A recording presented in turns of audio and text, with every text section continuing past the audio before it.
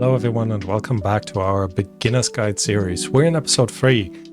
We've significantly expanded all of our areas and gone over some of the basic principles, but there's a couple of things that we need to talk about. Last time I indicated that we should probably think about, instead of importing our electricity, actually making our own. So let's first have a quick look at our budget, so you guys know exactly what I'm talking about. So budget is down here in the city economy, then under services. And when you click onto electricity, you see, well, first of all, how much budget you give your electricity company. So that doesn't make a lot of difference right now because we only have a transformer for our own city internal infrastructure. But we're actually importing $207,000 worth of electricity, and that is quite intense. So with this, you always need to plan in for your budget. Again, this is mostly maintenance and resources for your electricity production in the city, and then your citizen actually will pay some money for it to,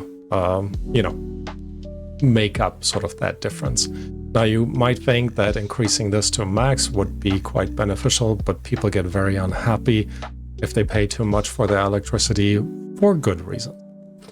So right now we have $170,000 deficit just based on our electricity.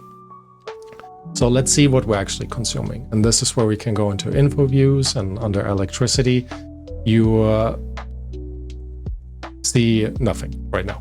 Excellent. I guess because we're importing it all.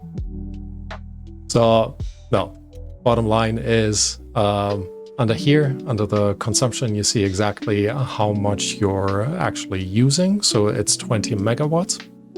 And that will be a good indicator to see what we actually need to place. So if you click in the electricity tab, you can look at the individual bits and pieces. For example, the wind turbine. The wind turbine produces varying levels of electricity from 0 to 5, depending on how fast your wind goes. So for example, if we were to place it here, you see the electricity production is the third entry from the top, is 1.25. And if we were to move this around, that number actually varies. So in theory, it should be faster if you go up from a hill, but that's not always given. So in our current city grid, I just saw, I think, a 2.0 or 2.05, maybe 2.1. So we're actually not producing a lot. Without added extensions to the wind turbine, we would need to place at least 10 just to break even. And that will cost us a lot of space.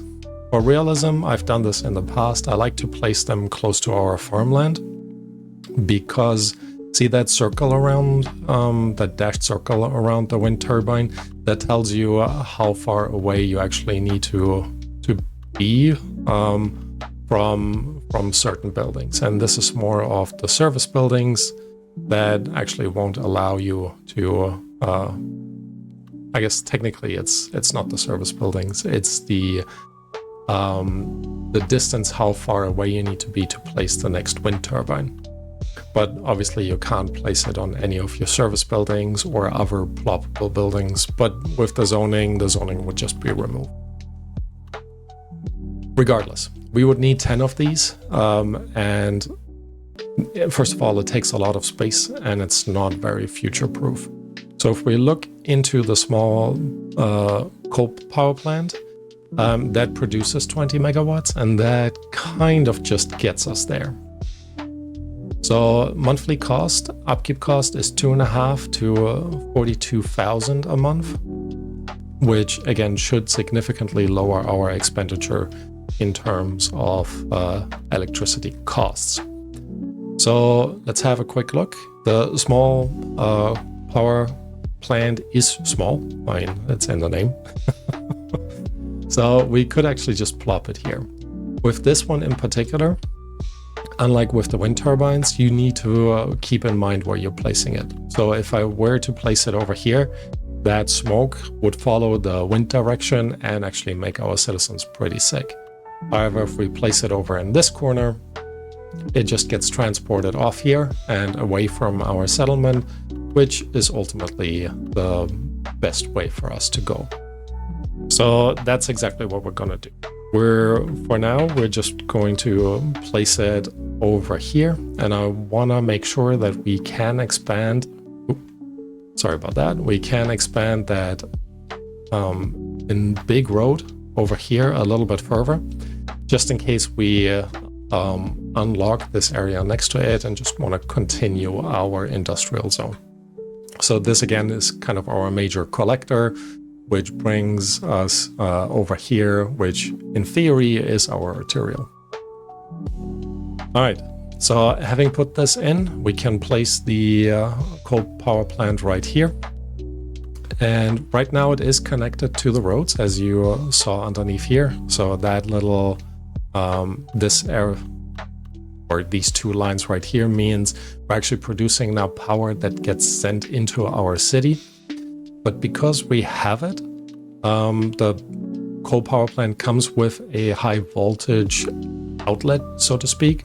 We're just gonna connect this up with our transformer. And yes, in theory, we could just remove our transformer and then connect it directly up to our high voltage electricity. But this way, we're just gonna go underground, connect these up. And now if we ever create more power than we're using, we could actually export it. Now, this is not quite necessary because this produces 20 kilowatts, 20 megawatts. 20 megawatts when we turn it on, and we're actually consuming it all. So right now we're not exporting anything. Later on, we might just upgrade this one to a large coal power plant, but we'll see how this goes. So we spent a little bit of money on that, and I'm gonna go back into services under electricity, just so we see what the difference in terms of maintenance cost and import is. So maintenance cost shoots up. Keep in mind, we were initially at 4,000 after I had placed it, but that obviously goes up. So let's wait a little bit until it balances out. 71,000, and now the import cost should go down to almost zero, but not perfectly zero. And we're just gonna wait a little bit. So 150,000, it will drop a little bit more, but in the meantime, let me have a sip of water.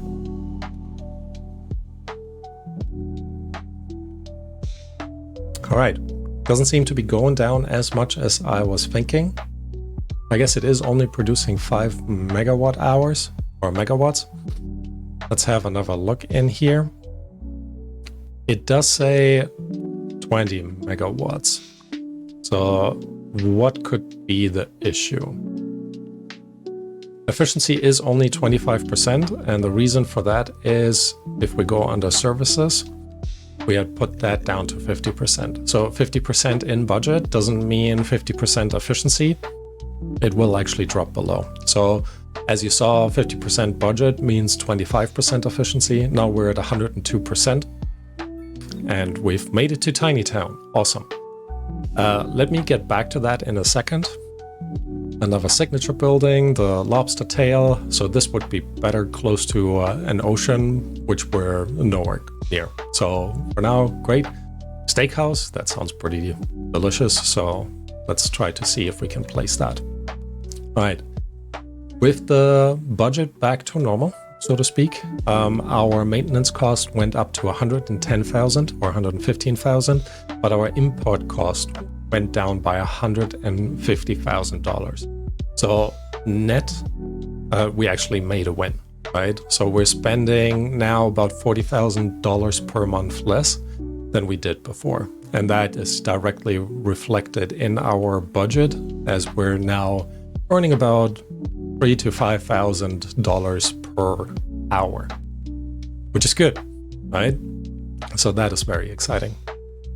And when you try to place these kind of power plants, there's a couple of things you need to keep in mind, or can keep in mind. Right now, yes, there's maintenance cost, but we're still importing coal. And that is in part why we're not dropping fully to 0. Because again, if you look at this, services, electricity, maintenance, and resources, so we're importing the resources, and look at that, our actual electricity import went down to almost 0. So this part here, we could actually reduce even further if we were to produce our own coal. Because when you look at this part right here, it says $5,000 to $45,000 a month for upkeep, and the rest is basically, import costs for our coal. Right now, it doesn't really matter. We're doing okay. We've made a big dent into our budget and sort of increased our viability overall. All right. So with that done, let's have a look at our new milestone, Tiny Town. We increased our loan limit. We actually finally got some mixed housing. That means it's housing plus commercial, and this is excellent for putting it down your main drag before you ultimately unlock this into a high density commercial, which might make sense. But this looks great in all honesty, and it pulls your city a little bit better together. We're also unlocking the entire communications development tree. That means we now have postal service as well as radio masts, which corresponds to their basically internet connection. Think smartphones, right? And then we have a few more policies that we will not go over in this episode, but in the next one. All right. With that, I'm going to go out of this. Actually, no, let's go back in, because let's talk about the development points. Development points are basically your tech tree. As you have in multiple games, tech tree, development tree, that's exactly what it is. So it is split up into individual parts: roads, electricity, water, healthcare, garbage, education, fire, police, transportation, parks, and then communications.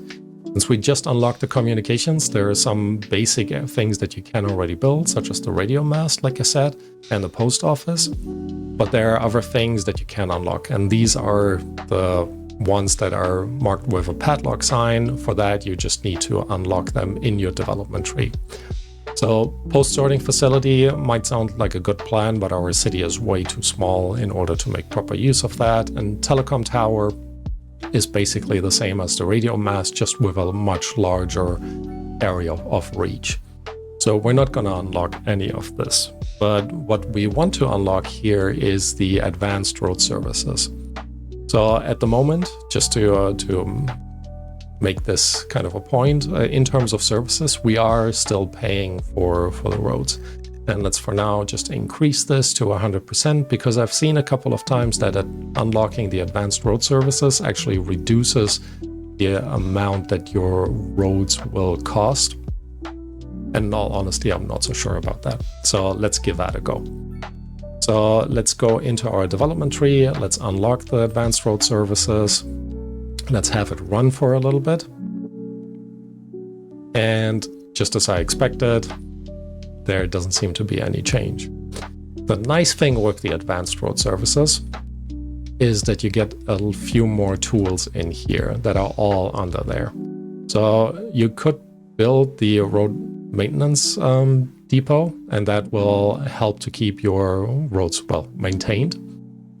So it allows it will actually create less of traffic accidents as part of your simulation if the roads are in good condition.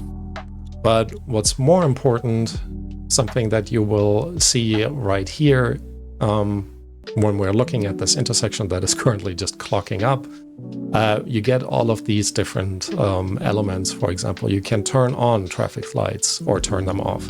You can swap traffic lights for stop signs. You can prohibit certain movements, left, right, and straight, so that these, for example, wouldn't be allowed to go straight or turn right into the city. None of them that we're actually going to do. You have wide sidewalks, which will actually turn off parking on this road. And let's actually just try that over here, turning it off on both sides, because I don't think parking would actually be that realistic along this drag right here. So you can also turn on and off the crosswalks, and that is something that we will try out right here. I'm gonna say there will be no crossing. Actually, let's add crossings over this way. While we do have a road crossing over there, and in theory I would like our pedestrians to go up this way, since we all still have traffic lights, we can technically just keep that road crossing in, although it will slow down the turn movements of our cars. So with this, you get a lot more fine-grained control over your city, where you can actually turn off crossings in areas where crossings just don't make sense. For example, here we have 2 crossings over there, and these 2 are really close together, so we can just turn this one off because people can actually just cross on this side. We can also just turn off this because 1 crossing over here, more than enough. In this way, when you have traffic, this is how you can kind of sort it out. Now, since we are talking about roads, I want to do a little fix. Last time we had implemented the asymmetric roads over here in order to try to help this. But this goes from a 3-lane road where you have right turn movements into another 3-lane road, and then it breaks down into 1. So this does not make sense, none at all.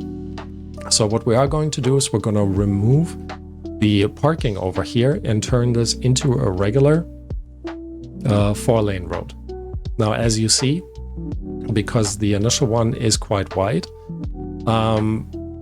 this wouldn't work, but even with the central one, it actually doesn't.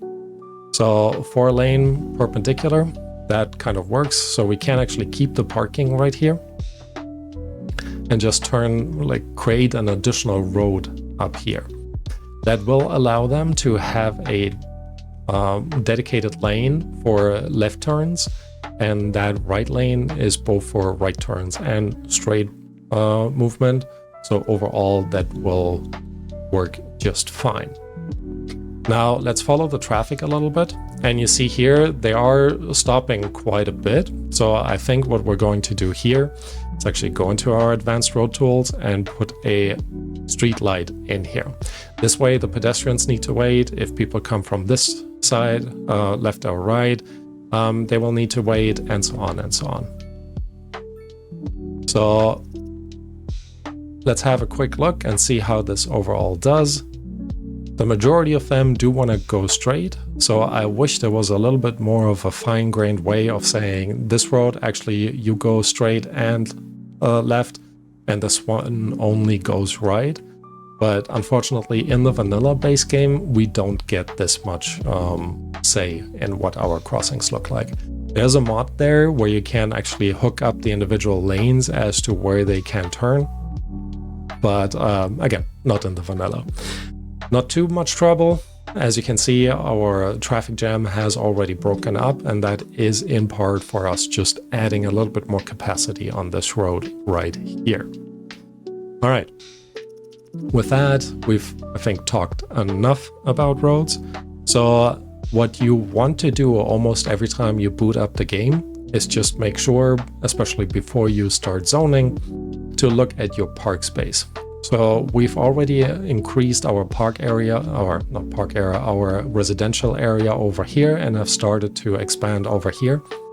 But I find if you don't place the park in advance, you will struggle later on finding a good spot to place a park in that vicinity. So it helps a ton if you start the zoning, if you first plan out services and park areas. Just a general recommendation. In theory, I mean, not in theory, you can also just override, so to speak, these houses. But I like to think that evicting people from their homes just to place something else is a very different story in terms of getting the permission to do so. And this is where this becomes a bit more of a game, where I'm trying to introduce a little bit more realism into this rather than what the game gives me. And because we have zoned out the grid like this, it is also okay for you to just take one of these grids and just turn it into an entire park area. So I think while this is like central downtown, I like the idea of having a park right here to sort of break up that very dense area that will start creeping up over this way. So let's go into our park facility and then just look around what parks there are around. So there are a ton of mini parks that we could place, but because we're trying to fill up this area right here, I think it is worthwhile for us to look at the slightly bigger ones. They're not technically massive, but they're slightly bigger. So the massive ones you can unlock with a development point, but I don't think that is really necessary right now.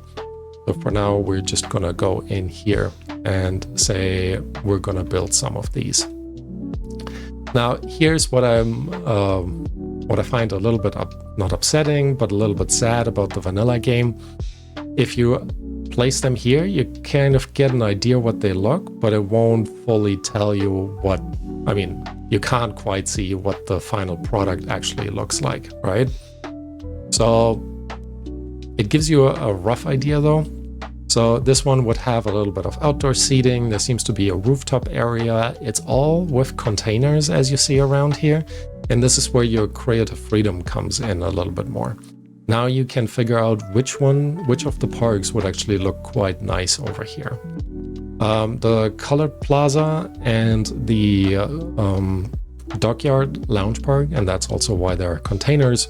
They're part of the of one of the expansion packs, so we can still place them.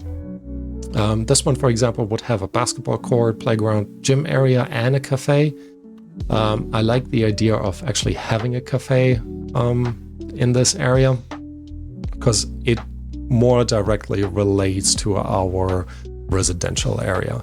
Playground is always nice in the central area, as well as a little bit of exercise facilities. So let's actually just go ahead and place it right there. And once we get out of that building view, we see what it really looks like. And I think overall that looks pretty nice. Now this is, as the city grows, quite an expensive area to have a park, but the amount of amenities you give your citizens is great. However, it doesn't fully cover our entire range. So let's go ahead and place a few more parks. And like I mentioned in the past, or like I always keep saying, I always like to place some playgrounds because every kid should technically have access to a playground.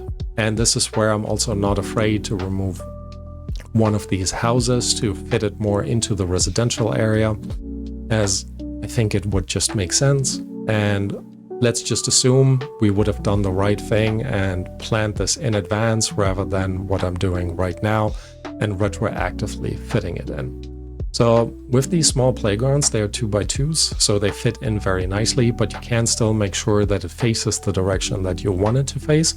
So I wanted to face Manor Street right now instead of Orchard Street, so as I might turn the Orchard Street later on into a bit more of a collector, so a little bit more high throughput area.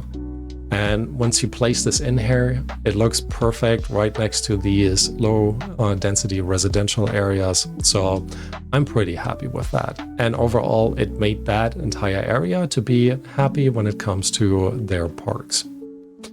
Here we have a little bit more of a leeway because we have this sliver of zoning that we haven't zoned yet from our medium density housing. The row homes, if you remember from the other side. So that will be perfect to actually place another one of our parks. And we could consider placing some more elongated parks. But let's see, this one might actually be quite nice. We can place it even in the middle of our zoning grid, and then still have the row homes on either side of this. And I think that's what we're gonna try. So if you unlock the snap to road tools, snap to road flag, you can actually manually place it and rotate it. So there's usually a road sign, and that one is the one that obviously needs to fit the roads or face the roads. And then you can rotate it around it and place it even between these zoning tiles. Now that might seem counterintuitive at first, But what you can do once you place it, I think looks pretty nice, even though it feels a bit weird right now that this part there just ends in the middle of nowhere and basically just continues into their backyards.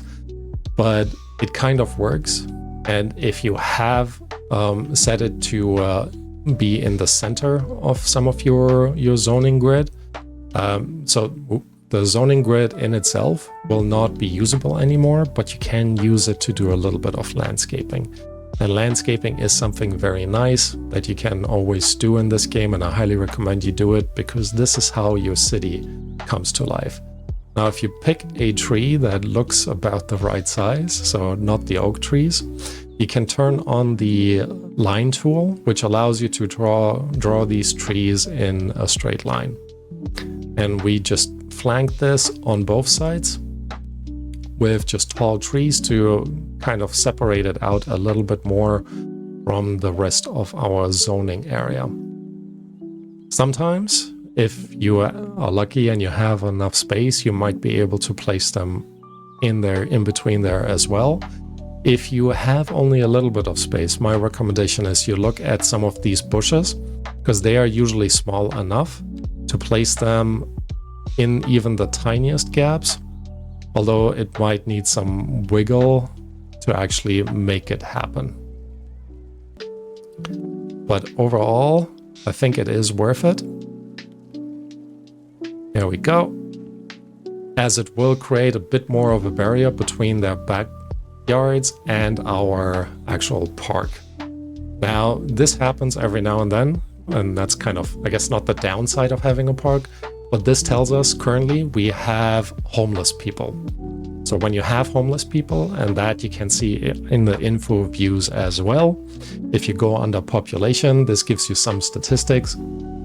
We have 5% unemployment, a little bit less, which is excellent, but our homeless rate is 0.1%, which is also not too bad. It means we have 8 homeless people, and when you do have some, they will actually go into a park area and then put up some tents and these flaming barrels, which I don't know if it's realistic with 23 degrees Celsius on the outside, but it's a game mechanic, so you also get a visual representation if you actually have homeless in your city.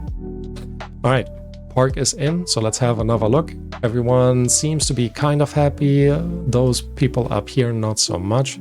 So like I mentioned before, let's go ahead and place a small playground, turn the snapping to the road back on, and place it in here, which will ultimately solve all the happiness problems over there. And there we go. We have a good amount of happy people. There is a crime scene going on. But if you remember, we do have police cars and our police station right here, so they will take care of this.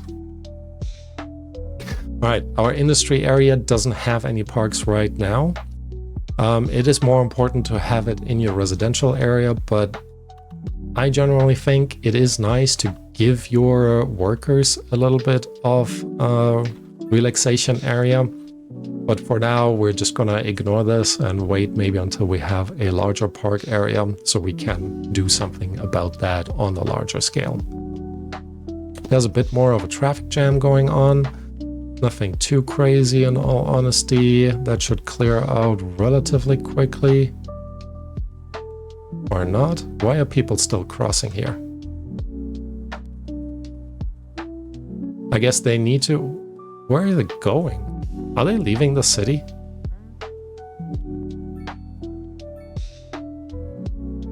Destination, Lowe's Island.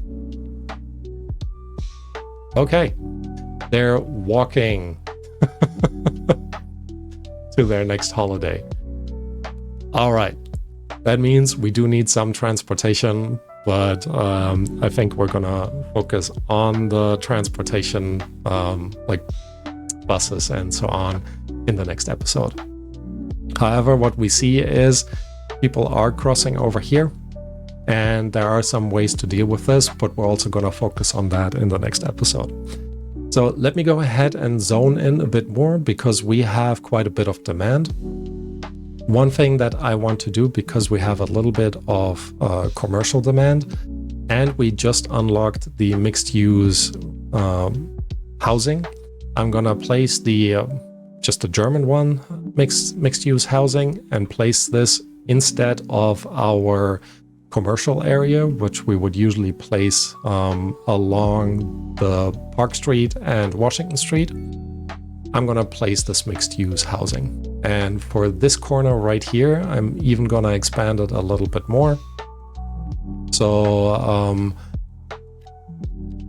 we're gonna have this mixed-use housing all around. They're popping it all in.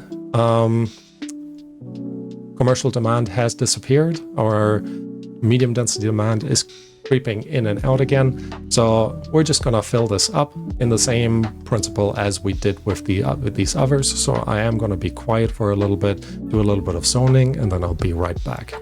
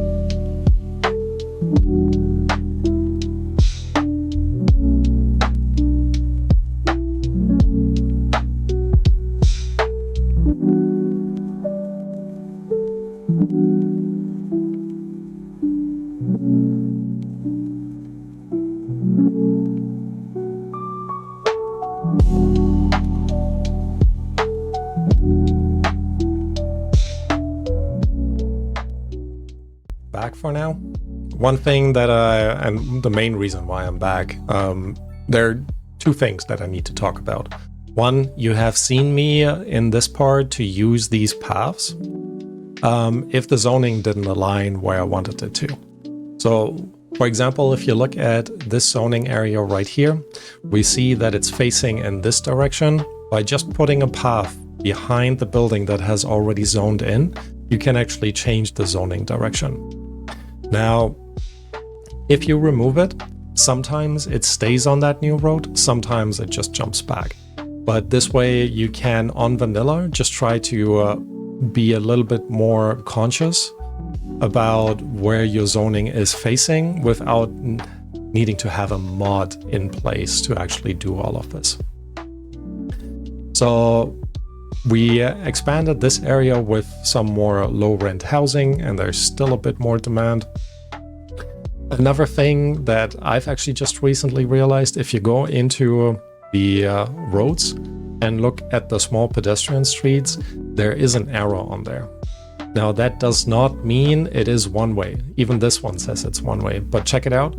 Here, this one, they're actually walking in both directions.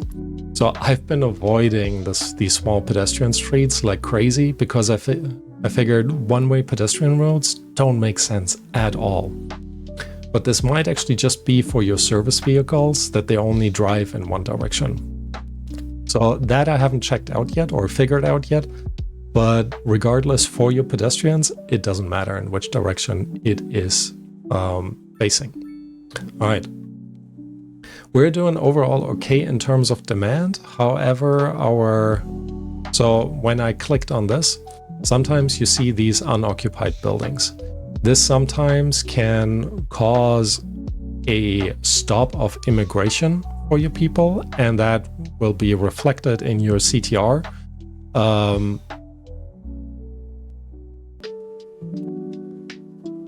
No, it's not CTR. CRI? Commercial residential industry. To not have any demand for low residential housing anymore. So if you click again, like you see these unoccupied buildings in the city information zone, and if you click on population, all those grayed out houses, they are empty. So it's a bit hacky, but if you want to fix this relatively quickly, you can just go through and play a little bit of whack-a-mole with these, which will ultimately help your demand recover. Is this the most realistic approach? No, but it does do the trick. And as you can see, there have already been some new ones spawning in here. And this you could do technically on a regular basis, but hopefully if you do it once, it will recover at some point soon. And then you'll be able to just leave the simulation running. Keep in mind, while they are moving in, these grayed out buildings are actually still considered empty. So just something to keep in mind. All right. You have a little bit more of medium density demand, so let me just quickly place that and I'll be right back.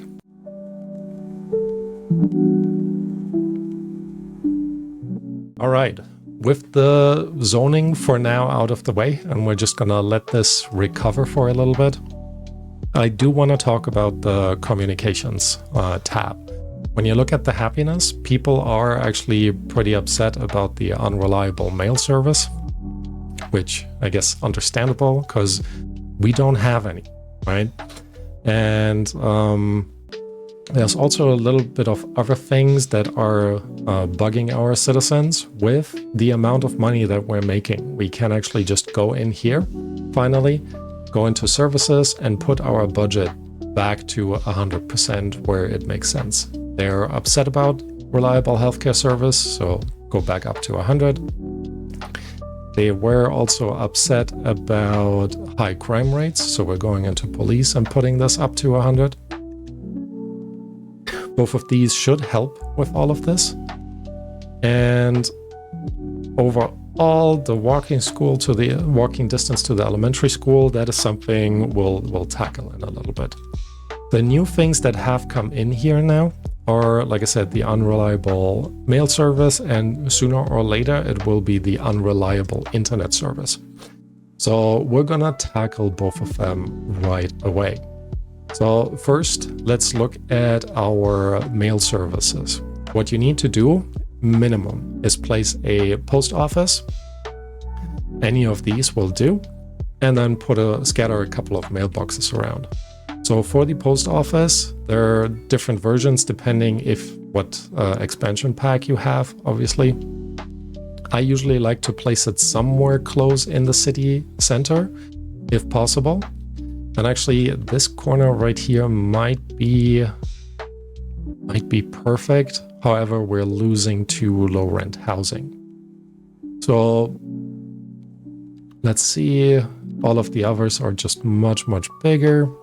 We could place the tiniest of the post offices. However, when you look at storage capacity, mailbox capacity, and post vans, I'm not too worried about the mailbox capacity, but the post vans is only 4. When you go to the next bigger one, you're 2.5 timesing that, which much, much better.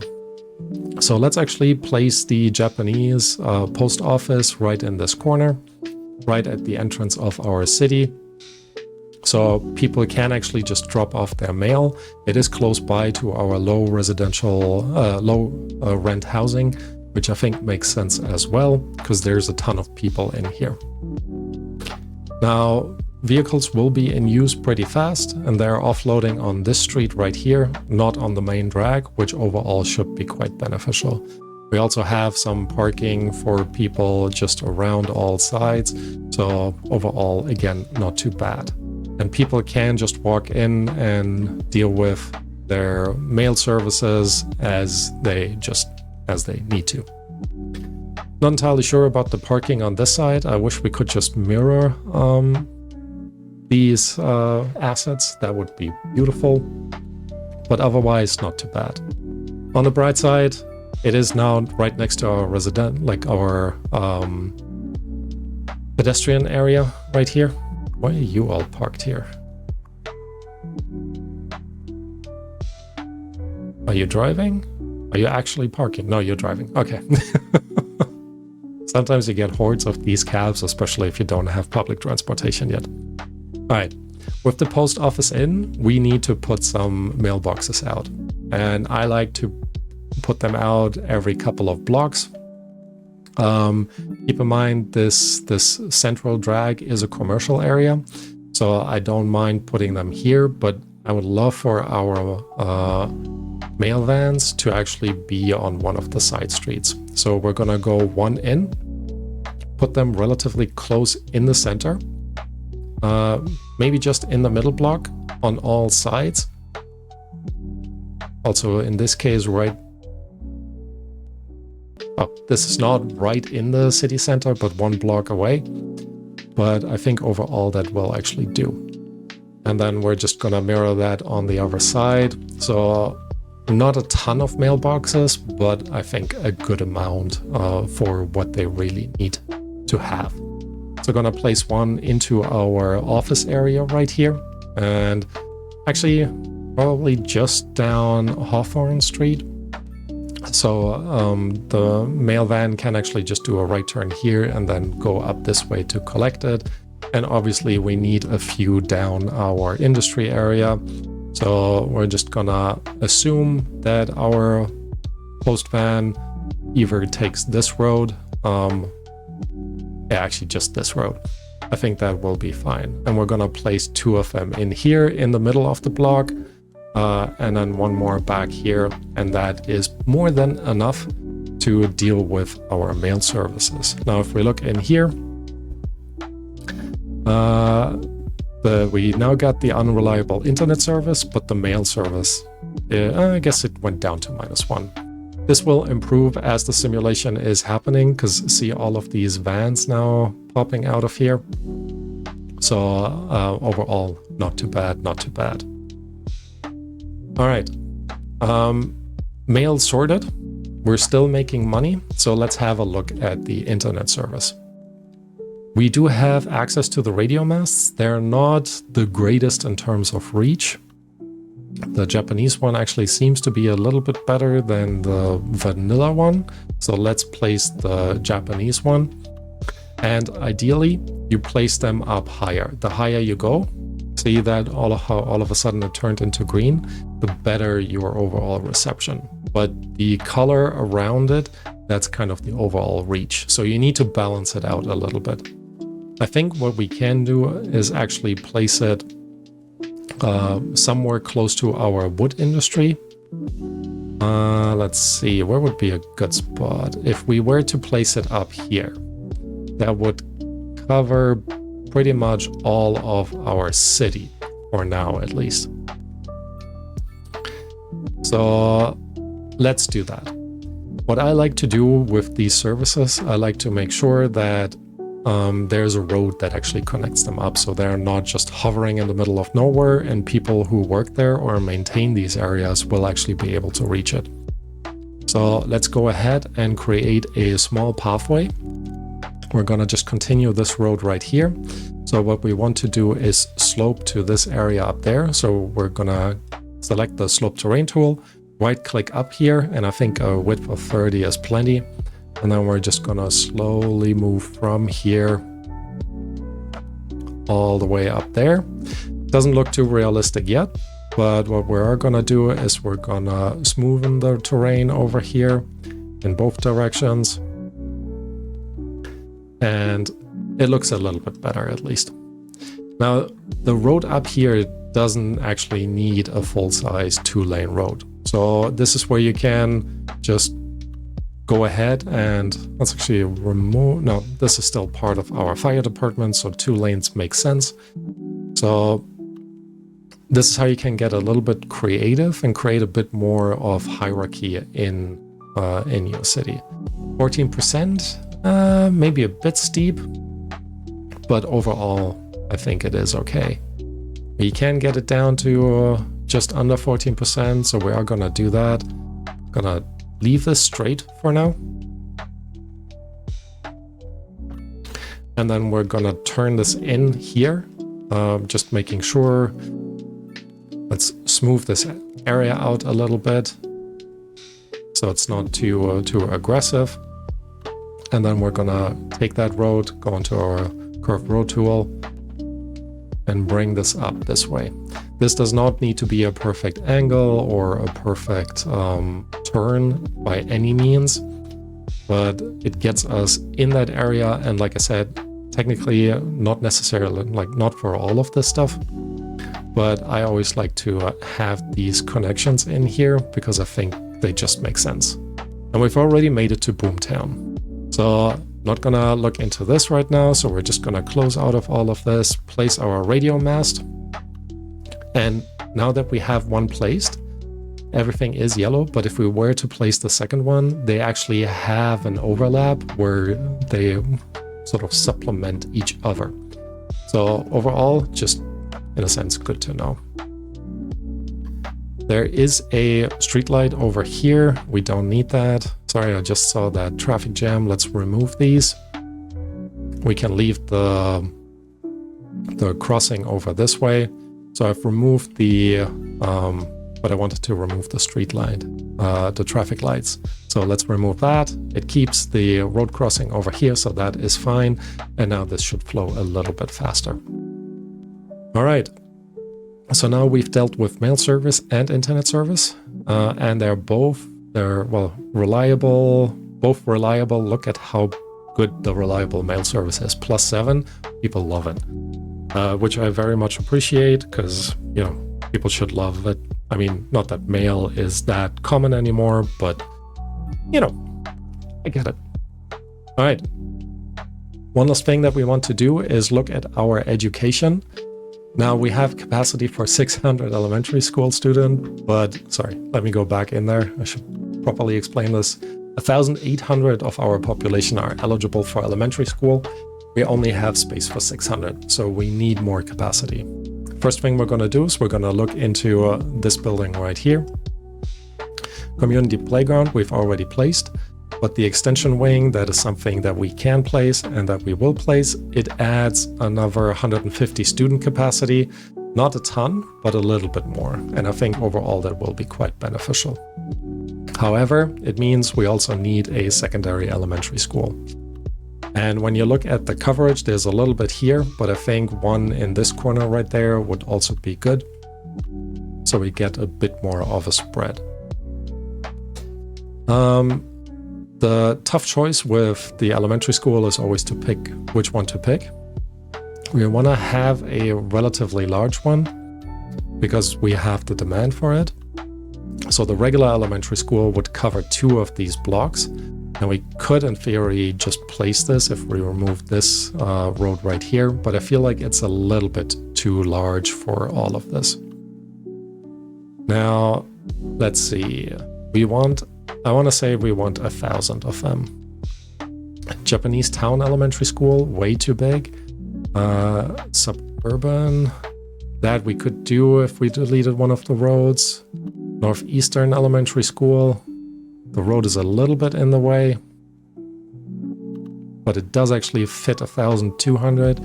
But the German Elementary School is humongous, but it kind of fits a good amount of students. However, I've done all the zoning in here and I wouldn't want the back of it to face our main drag. So unfortunately, it's not an option. So let's just go through Community Elementary School. Oh, that's 600. I think that's the one we had actually placed over there. Mediterranean. I actually like that. And yes, we are going to delete this road. It's not quite necessary, and it will just open up this entire area. So we might be able to turn this into a bit more of a school complex. Because one of the things that we have also not talked about is high schools. So we want to use the Mediterranean school. That's a good start to know. Let's look into high schools and maybe we just keep it in the same style. The Mediterranean high school will actually also fit in very nicely here. So we're going to place that one over this way. Going to place this closer to our city center because we do have an elementary school down here. So place it here. and then we're gonna go ahead and find the Mediterranean High School again. Here we go. That we're just gonna place in that same block, just over this way. The only other thing that I want to do is make sure there is a connection through here, and it doesn't need to be a pedestrian area. We can literally go into our parks and pathways and place that right in the middle. Now, our people can actually walk along here, which I think will be quite beneficial without overbuilding this massively. Let's have a quick look. They do have expansion wings. These go up for this one, and that goes on either side.